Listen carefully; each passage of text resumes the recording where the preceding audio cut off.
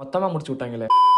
Hi hello guys, welcome to அபிஸ். இந்த வேலை என்ன பார்க்க போறோம்னு பாத்தீங்கன்னா, ஒவ்வொருத்தரும் ஒவ்வொரு வீடியோ போட்டு ஒவ்வொருத்தரா முடிச்சு விட்டுருக்காங்க தான் சொல்லணும். அந்த அளவுக்கு இப்போ ஒரு சம்பவம் பண்ணிட்டு இருக்காங்க. அது மட்டும் இல்லாம அரோரா வந்து கொஞ்சம் எமோஷனலா பேசியிருக்காங்கன்னு சொல்லணும். அது என்ன, அப்புறம் பிபி கொண்டாட்டம் அப்டேட் வந்து வந்திருக்கு, அது என்ன, அதுக்கப்புறம் பாத்தீங்கன்னா எல்லா கண்டஸ்டன்ட் சேர்த்து ஒரு இடத்துக்கு போயிருக்காங்க. அது எங்க போயிருக்காங்க, அது எல்லாத்தையும் இந்த வீடியோ நம்ம மொத்தமா பார்த்தோம்னா, அதுக்கு நம்ம சேனல் ஃபர்ஸ்ட் டைம் வந்து சப்ஸ்கிரைப் பண்ணிக்கோங்க, லைக் பண்ணிக்கோங்க. ஒரு லைக் பண்ணிட்டு பாருங்க, எனக்கு கொஞ்சம் யூஸ்ஃபுல்லா இருக்கும். வாங்க வீடியோக்குள்ள போலாம். இப்போ ஸ்டார்டிங்கே பாத்தீங்கன்னா சபரி வந்து ஒரு வீடியோ போட்டிருப்பாரு. உங்களுக்கு எல்லாருமே தெரியும், சபரி வந்து ஒரு வீடியோ போட்டிருப்பாரு இன்ஸ்டாகிராம்ல. அந்த இன்ஸ்டாகிராம்ல பாத்தீங்கன்னா அந்த வீடியோ கிட்டத்தட்ட ஒரு 2 hours 3 hours இருந்துச்சு. அதுக்கப்புறம் டெலிட் ஆயிடுச்சு. அந்த வீடியோ என்ன உள்ள இருந்துச்சுன்னு பாத்தீங்கன்னா, அந்த வீடியோல கால் டாஸ்க் மாதிரி ரீக்ரியேட் பண்ற மாதிரி ஒரு வீடியோ பண்ணிருந்தாங்க நான் சொல்லணும். சபரி வீடியோ எடுத்திருந்தாரு, பக்கத்துல கானா வந்து உட்காந்துருந்தாங்க. பின்னாடி வந்து திவ்யா, வியானா, கமுர்தீனா உட்காந்து அங்க ஃபன் பண்ணிட்டு இருந்தாங்க நான் சொல்லணும். அந்த இடத்துல மொத்தமா ஒருத்தர் முடிச்சு விட்டாங்க நான் சொல்லணும். அது யாரை முடிச்சு விட்டாங்க பாத்தீங்கன்னா விஜய் பாரு அந்த இடத்துல மொத்தமா முடிச்சு விட்டாங்க. ஏன்னா சபரி சொல்றாரு மறுபடியும் கால் டாஸ்க் சொல்றாரு, வேணான்னு சொல்லி இறங்குங்கன்னு சொல்லிட்டு திவ்யா அங்க இருக்கவங்க எல்லாமே சொல்லிட்டு இருப்பாங்க நான் சொல்லணும். அப்புறம் கமுர்தீன் பாத்தீங்கன்னா கமுர்தீன் இந்த இடத்துல சிரிச்சுக்கிட்டே இருப்பாரு. கமுர்தீன் கீழே இறங்க போறாரு. கமுர்தீன் அங்க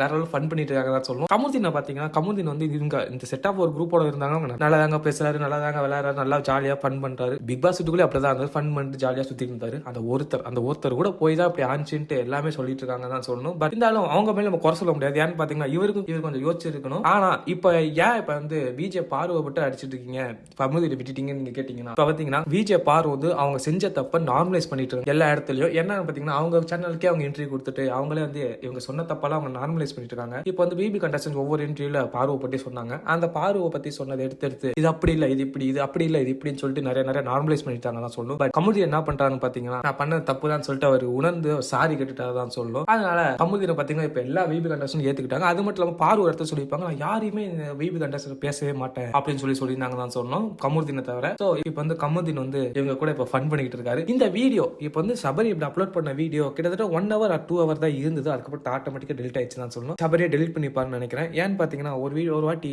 விக்ரம் வந்து ஒரு வீடியோ போட்டிருப்பாரு, அந்த பாரதி கண்ட புதுமை பெண்கள்னு சொல்லிட்டு ஒரு வீடியோ போட்டிருப்பாரு. அந்த வீடியோக்கு பாரு கால் பண்ணி கெஞ்சி டெலிட் பண்ண சொன்னாங்க அப்படின்னு சொல்லிட்டு விக்ரம் சொல்லியிருப்பாரு ஒரு இன்டர்வியூல. அதுல பாத்தீங்கன்னா இப்போ வந்து மறுபடியும் வந்து சபரி கிட்ட போய் இப்படி போன் பண்ணி ஏன்டா அப்படி பண்றீங்க அப்படின்னு சொல்லிட்டு இவங்க மறுபடியும் கெஞ்சிருப்பாங்களோ அப்படின்னு ஒரு டவுட்டாவே இருக்கு. நமக்குள்ள நடக்கிற இந்த டீலிங் வெளி உலகத்துக்கு தெரியக்கூடாது.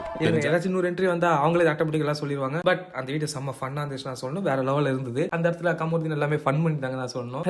ரைட் அடுத்தது என்ன பாத்தீங்கன்னா, அடுத்த இன்னொரு வீடியோ. இந்த வீடியோல பாத்தீங்கன்னா வந்து பாத்தீங்கன்னா ஒருத்தவங்களோட ஃபேன்ஸ் இருக்காங்க. அந்த ஃபேன்ஸ் வந்து எல்லாத்தையும் கமெண்ட்ல போய் இப்படி திட்டுவாங்க தெரியுமா, அந்த ஏதாச்சும் இங்க செஞ்சிருக்காங்க நான் சொல்லணும். அது யாரும் பாத்தீங்கன்னா விக்ரம் வந்து அவர் சேனல்ல ஒரு வீடியோ அப்லோட் பண்ணிருக்காரு. அது என்ன அன்பு அங்க வச்சு ஃபன் பண்ணிருக்காங்க தான் சொல்லணும். அதுல பாத்தீங்கன்னா அரோரா, துஷார், கனி அண்ட் பாத்தீங்கன்னா அப்சரா, ஆதிரை இவங்க எல்லாமே வந்திருக்காங்க. இங்க எல்லாமே வந்துட்டு இல்ல யார் இன்டர்வியூ இருக்காங்கன்னு பாத்தீங்கன்னா விக்ரம் வந்து கமெண்ட்ல என்னன்னா கேட்டாங்களோ இல்ல இன்டர்வியூல என்னன்னா கேட்டாங்களோ எல்லாத்தையும் வச்சு அவங்க செஞ்சுட்டாருன்னு தான் சொல்லணும். எனக்கு துஷார்ட்டா கேட்கும்போது துஷார் அரோரா அப்படி பண்ணாங்க, அரோரா இப்படி பண்ணாங்க, அரோரா கூட எப்படி பேசணும், அரோரா கூட எப்படி இருக்கணும் அப்படின்னு சொல்லி ஒரு ஃபன் பண்ணிட்டாரு விக்ரம். அதுல பாத்தீங்கன்னா துஷார் சொல்றாரு, இது வந்தாலும் என்ன கேளுங்க, என்ன பத்தி கேளுங்கடா, எனக்கு அரோராவை பத்தி கேக்குறீங்க அப்படின்னு சொல்லிட்டு கமெண்ட்ல பேசுறவங்கள்ட்ட ஒரு ஓட்டி விட்டுருக்காங்க. நெக்ஸ்ட் யாருன்னு பாத்தீங்கன்னா ஆதிரை பாத்தீங்கன்னா எப்படி நீங்க ஒரு 4th week வீட்டாவீங்க அப்படின்னு சொல்லி கேட்டதுக்கு எல்லாத்தையும் காரணம் மக்கள் தான் அப்படின்னு சொல்லிட்டு ஃபர்ஸ்ட் சொல்லிருப்பாங்களே, அதே மாதிரி இப்படின்னு சொல்லிட்டு இருக்காங்க. அதுக்கப்புறம் கமெண்ட்ல திட்டத்தை பார்த்துட்டு மறுபடியும் இல்ல மக்கள் இல்ல மகேசன் தீர்ப்பு அப்படின்னு சொல்லியிருப்பாங்க. அதுக்கு மறுபடியும் கமெண்ட்ல எப்படி நல்லவங்க மாதிரி நடிக்கிறாங்களே அப்படின்னு சொல்லிட்டு ஒரு ஃபன் பண்ணிருப்பாங்க. அப்புறம் ஆதிரியா சொல்லுவாங்க, உங்களுக்கு எப்படி தான் பேசினாங்க ஒத்துப்பீங்க அப்படின்னு சொல்லிட்டு ஆதிரை ஒரு ஃபன் பண்ணிருப்பாங்க. அதுக்கப்புறம் இந்த இடத்துல பாத்தீங்கன்னா கனி வந்து என்ன பண்றாங்கன்னு பாத்தீங்கன்னா, நீங்க ஒரு இன்டர்வியூ பார்த்திருப்பீங்க, அந்த இன்டர்வியூ தான் கலாச்சிருக்காங்க. ஏன்னா கேட்கிற கொஸ்டினுக்கு அவங்க ஆன்சர் பண்ணிருப்பாங்க, ஆனா வெளில கேட்காத மாதிரியே ஒரு ப்ரொஜெக்ஷன் பண்ணிருப்பாங்க. அந்த முன்னாடி 30 செகண்ட் வந்து கொஞ்சம் ஓட்டுவாங்க, உள்ள என்ன கேட்கறாங்க அப்படின்னு சொல்லிட்டு அதை ஃபன் பண்ணிருக்காங்க. விக்ரம் வந்து கேள்வி கேட்டுட்டு உங்களுக்கு பதில் தெரியல அப்படின்னு சொல்லிட்டு அங்க ஒரு செம்ம ஃபன் பண்ணிட்டாங்க தான் சொல்லணும். ஏன்னா அந்த இடத்துல நீங்க ஃபுல் வீடியோ பாக்குறவங்க ஃபுல்லா தெரியும், பாதி வீடியோ அந்த ரீல்ஸ் மட்டும் பாக்குறவங்களுக்கு நான் பேசுறது மட்டும் தான் தெரியும் அப்படின்னு சொல்லிட்டு ஏதோ ஒரு ஆங்கரை ஓட்டி இருக்காங்க. எந்த ஆங்கர்னு தெரியல, பாப்போம், கொஞ்சமா வெளில வந்துடும். அடுத்தது பாத்தீங்கன்னா அப்சரா வந்து எப்படி செகண்ட் வீக்ல போனீங்க, விக்ரம் கேட்க ஒவ்வொரு கொஸ்டினுக்கும் அப்சரோட ஆன்சர் இப்படிதான் இருந்துச்சு, உங்களுக்கு துரோகம் பண்ணாங்க இல்ல, உங்களுக்கு சண்டை போட்டாங்களா இல்ல அப்படின்னு சொல்லிட்டு எல்லாமே இல்லன்னு சொன்னேன். சரி நீங்களும் இல்ல வெளில வாங்க அப்படின்னு சொல்லிட்டு அனுப்பி விட்டாரு. அரோரா அந்த கால் டாஸ்க் நீங்க தானே ஸ்டார்ட் பண்ணி விட்டீங்க அப்படின்னு சொல்லி கேட்டிருக்காங்க.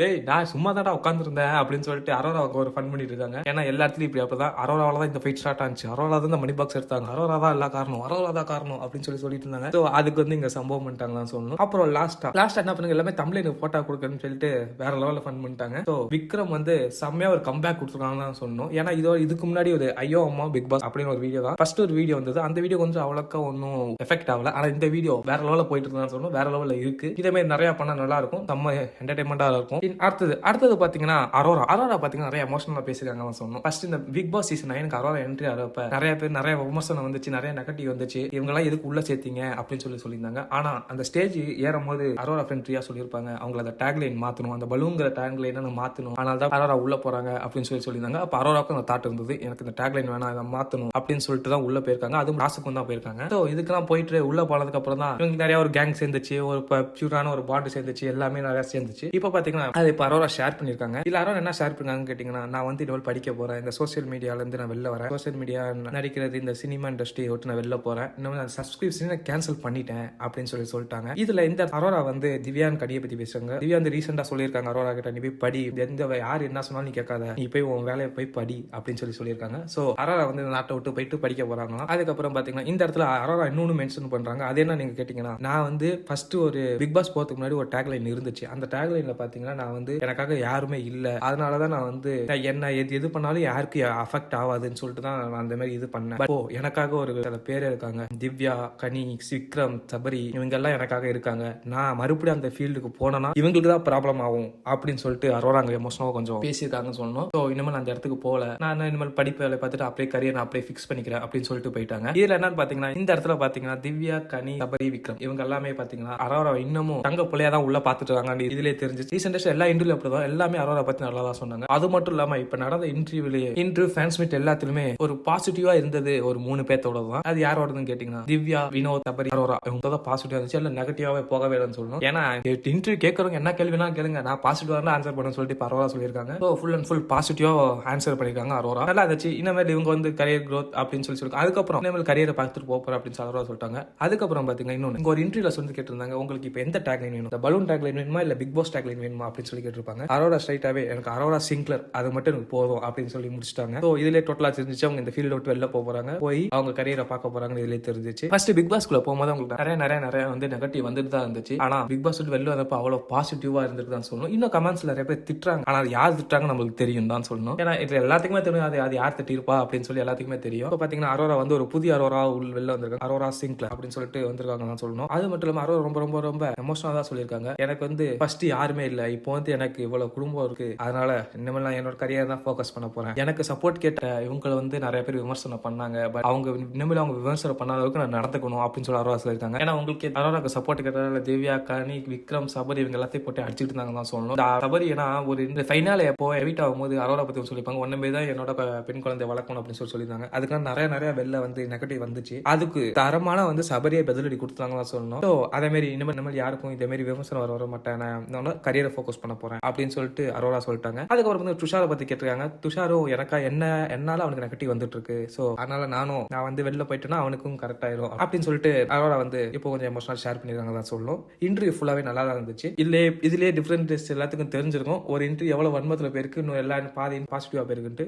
ஸோ ஓகே, இப்போ நெக்ஸ்ட் என்னன்னு பாத்தீங்கன்னா, இப்போ பிக் பாஸ் சீசன் 9 கண்டஸ்டன்ஸ் எல்லாமே ஒரு ஷோ அட்டன் பண்ணிருக்காங்க. அது என்ன ஷோன்னு கேட்டீங்கன்னா ஸ்டார் மியூசிக் இந்த ஷோ அட்டன் பண்ணிருக்காங்க. அது யாரை அட்டன் பண்ணிருக்காங்கன்னு பாத்தீங்கன்னா சபரி, கானா வினோத், தேவ்யா, கமுர்தீன், வியானா அண்ட் சுபிக்ஷா இவங்க எல்லாம் ஸ்டார் மியூசிக் அட்டன் பண்ணிருக்காங்க. இதுல பாத்தீங்கன்னா ஸ்டார் மியூசிக் ஃபன்னா பேருக்குன்னு சொல்றாங்க, வேற லெவலில் இருக்கு போல. ஸ்டார் மியூசிக் போனப்பதான் இந்த ஃபன் பண்ணிருக்காங்க, இந்த கார் இன்சிடென்ட் அந்த ஃபன் பண்ணிருக்காங்கன்னு சொல்லணும், வேற லெவலில் பண்ணிருக்காங்க. ஸோ இது வேற லெவலில் இருக்க போகுது. ஒருவேளை நெக்ஸ்ட் வீக்ல அதுக்கு அடுத்த வாரம் அது வந்து இந்த இது டெலிகாஸ்ட் இப்பதான் முடிஞ்சிருக்கு, எப்படின்னு 2 வீக்குள்ள அதை டெலிகாஸ்ட் பண்ணிடுவாங்க. அடுத்தது பாத்தீங்கன்னா பிபி கொண்டாட்டம் என்னதான் ஆச்சு, ஏன் இப்படி ஆச்சு அப்படின்னு சொல்லி கேட்டிருந்தீங்க. பிபி கொண்டாட்டம் பத்தி இன்னும் ஒரு அப்டேட் வரல. ஏன்னு பாத்தீங்கன்னா இப்பதான் வந்து ஜோடி ஆரி ரெடியா ஸ்டார்ட் ஆச்சு. அதுக்கப்புறம் பாத்தீங்கன்னா இப்போ வந்து ஸ்டார் மியூசிக் இப்போ கொடுத்துருக்காங்க, என்ன ஒன்றும் தெரியல. இப்போ நடக்குமானே ஒரு டவுட்ல இருக்குன்னு தான் சொல்லணும். எப்படி பிபி கொண்டாட்டம் நடக்கும், ஆனா எப்போ நடக்கும் தான் தெரியாது. ஏன்னா இப்போ பாத்தீங்கன்னா இந்த வீக் வந்து ஜோடி ஆறு ரெடி போட்டாங்க, இன்னும் அந்த ஷூட்டிங் இன்னும் ஆரம்பிக்கலன்னு நினைக்கிறேன். ஷூட்டிங் ஆரம்பிக்கல, ஏன்னா ஷூட்டிங் ஆரம்பிச்சா அப்டேட் வரும். ஷூட்டிங் ஆரம்பிச்சோன்னா அப்டேட் வந்தாலும் நான் உங்களுக்கு அப்டேட் பண்றேன், மறக்காம சேனலை சப்ஸ்கிரைப் பண்ணி வச்சுக்கோங்க. ஸோ இன்னமும் அந்த அப்டேட் எது வெளில வரல, இன்னும் ஷூட்டிங் ஆரம்பிக்க போறோம். மேபி இந்த வீக்குள்ள முடிச்சு இன்னும் ஒரு 2 வீக்ஸ்ல டெலிகாஸ்ட் பண்ணிடுவாங்கன்னு நினைக்கிறேன். எல்லாத்தையும் பொறுத்து வந்து பார்ப்போம். ஸோ நீங்க யாரெல்லாம் பிபி கொண்டாட்டத்துக்கு வெயிட் பண்றீங்க கமெண்ட் பண்ணுங்க, மறக்காம சேனலை சப்ஸ்கிரைப் பண்ணிக்கோங்க. பிபி கொண்டாட்டத்தோட அப்டேட் வந்தோட நான் அப்டேட் பண்றேன். ஒரு லைக் மட்டும் பாருங்க, கொஞ்சம் யூஸ்ஃபுல்லா இருக்கும். நெக்ஸ்ட் வீடியோல பார்க்கலாம். பாய்.